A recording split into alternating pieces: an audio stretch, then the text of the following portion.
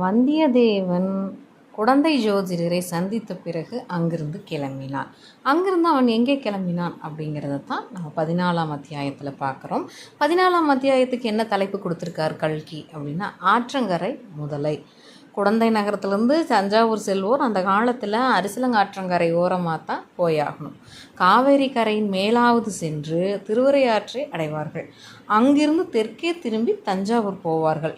வழியில் உள்ள குடமுருட்டி, வெட்டாறு, வெண்ணாறு, வடவாறு நதிகளெல்லாம் தாண்டி அங்கே தான் வசதியான துறைகள் இருந்தன தாண்டுவதற்கு. குடந்தையிலிருந்து புறப்பட்ட வல்லவரையன், அதாவது நம்மளுடைய வந்தியத்தேவன், முதலில் அரிசலாற்றங்கரையை நோக்கி சென்றான்.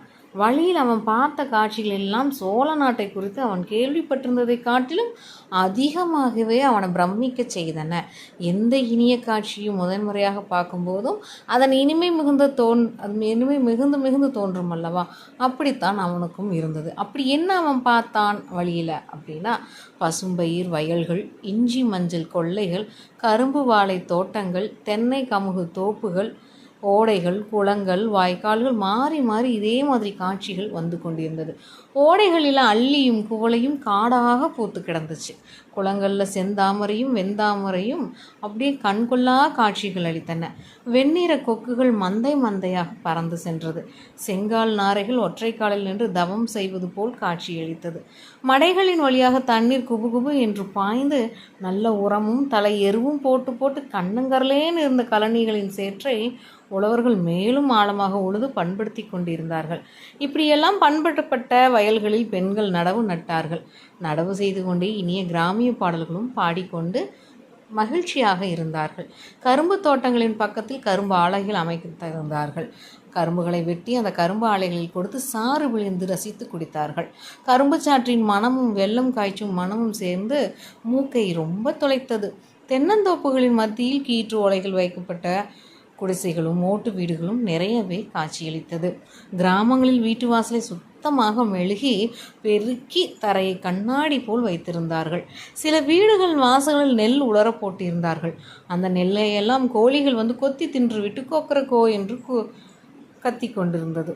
அதைக்கெல்லாம் பார்க்கறக்கு காவலாக வைத்திருந்த சிறுவர்களோ, அப்படி எவ்வளவு நெல்லை தின்றுவிடப் போகிறது, சாப்பிட்டு விட்டு போகட்டும் கோழிகள் என்று சோழியும் பல்லாங்குழியும் ஆடிக்கொண்டிருந்தார்கள். குடிசைகளின் கூரைகளின் வழியாக அடுப்பு புகை மேலே வந்து கொண்டிருந்தது.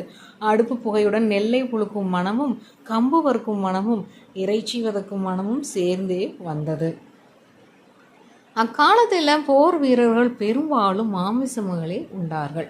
வல்லவரையனுக்கும் அப்படித்தான். எனவே அந்த மனம் அவனுடைய நாவில் ஜலத்தையே ஊறச் செய்தது. ஆங்காங்கே சாலை ஓரத்தில் கொள்ளர் உலைக்களங்கள் இருந்தது. உலைகளில் நெருப்புத்தணல் தகதகென்று ஜொலித்து கொண்டிருந்தது. இரும்பை பட்டறையில் வைத்து அடிக்கும் சத்தம் டனார் டனார் என்றும் அவன் காதுகளில் விழுந்தன. அந்த உலைக்களங்களில் குடியானவர்களும் வேண்டிய ஏற்குழு, மண்வெட்டி, கடப்பாறை முதலியவற்றையும் கத்திகள், கேடயங்கள், வேல்கள், ஈட்டிய முதலிய குப்பல் குப்பலாக கிடந்தன. அவற்றை வாங்கி கொண்டு போக குடியானவர்களும் போர் வீரர்களும் போட்டி போட்டுக்கொண்டு முந்தி கொண்டிருந்தார்கள். சிறிய கிராமங்களிலும் சின்னஞ்சிறு கோவில்கள் காட்சியளித்தது அவனுக்கு. கோவிலுக்குள்ளே சேமக்கலம் அடிக்கும் சத்தமும் நகரா முழங்கும் சத்தமும் மந்திர கோஷமும் தேவார பண்பாடல்களும் எழுந்தது. மாரியம்மன் முதலிய கிராம தேவதைகள் மஞ்சத்தில் எழுந்தருள் பண்ணி கொண்டு பூசாரிகள் கரகம் எடுத்து ஆடிக்கொண்டும் உடுக்கடித்து கொண்டும் வந்து நெல் காணிக்கையை கொட்டினார்கள். கழுத்தில் மணி கட்டிய மாடுகளை சிறுவர்கள் மேய்ப்பதற்கு ஓட்டி போனார்கள். அவர்களில் சிலர் புல்லாங்கலும் வாசிக்க தெரிந்தவர்களாக இருந்தார்கள். குடியானவர்கள் வயலில் வேலை செய்து அலுப்பு தீர மரத்தடியில் உட்கார்ந்து இலைபாரி கொண்டிருந்தார்கள். அப்போது செம்மறியாடுகளை சண்டைக்கு ஏவி விட்டு அவர்கள் வேடிக்கை பார்த்துவிட்டு வீட்டுக்கூரைகள் மேல் பெண்மயில்கள் உட்கார்ந்து கூவ அதை கேட்டு ஆண்மயில்கள் தோகைகள் தூக்க முடியாமல் தூக்கி கொன்று ஜிவ்வென்று பறந்து போய் அப்பெண்மயில்களுக்கு பக்கத்தில் அமர்ந்தது. புறாக்கள் அழகிய கழுத்தை அசைத்து கொண்டு அங்கும் இங்கும் சுற்றி பறந்தன. பாவம், கூண்டுகளில் அடைக்கப்பட்ட கிளிகளும் மைனாக்களும் சோக கீதங்கள் தான் வாசிக்க முடிந்தது. இக்காட்சியெல்லாம் பார்த்து கண்டு கழித்த வந்தியத்தேவன் குதிரையை மெல்லமாக சிரித்து கொண்டு சென்றான். அவனுடைய கண்களுக்கு நிறைய வேலை இருந்தது. மனமும் இந்த பல்வேறு காட்சிகளை பார்த்து மகிழ்ச்சி கொண்டிருந்தது. ஆயினும் அவன் உள்மனதில் லேசாக பனியினால் மூண்டது போல் ஒரு பெண்ணின் முகம் தெரிந்து கொண்டே இருந்தது. ஆஹா, அந்த பெண் அவளுடைய செவ்விதழ்கள் திறந்து தன்னோட சில வார்த்தைகள் பேசியிருக்க கூடாதா? பேசியிருந்தால் அவளுக்கு என்ன நஷ்டமாயிருக்கும்? அந்த பெண் யாரா இருக்கும்? யாராக இருந்தாலும் கொஞ்சம் மரியாதை என்பது வேண்டாமா? என்னை பார்த்தால் அவ்வளவு அலட்சியம் செய்வதற்குரியவனாகவா தோன்றுகிறது? அந்த பெண் யார் என்பதை சொல்லாமலே அந்த ஜோதிட கிழவன் ஏமாற்றி விட்டார் அல்லவா? அவர் கெட்டிக்காரர், அசாத்திய கெட்டிக்காரர். பிறருடைய மனதை எப்படி ஆழம் பார்த்து கொள்கிறார்! எவ்வளோ உலக அனுபவத்துடன் வார்த்தை சொல்கிறார்!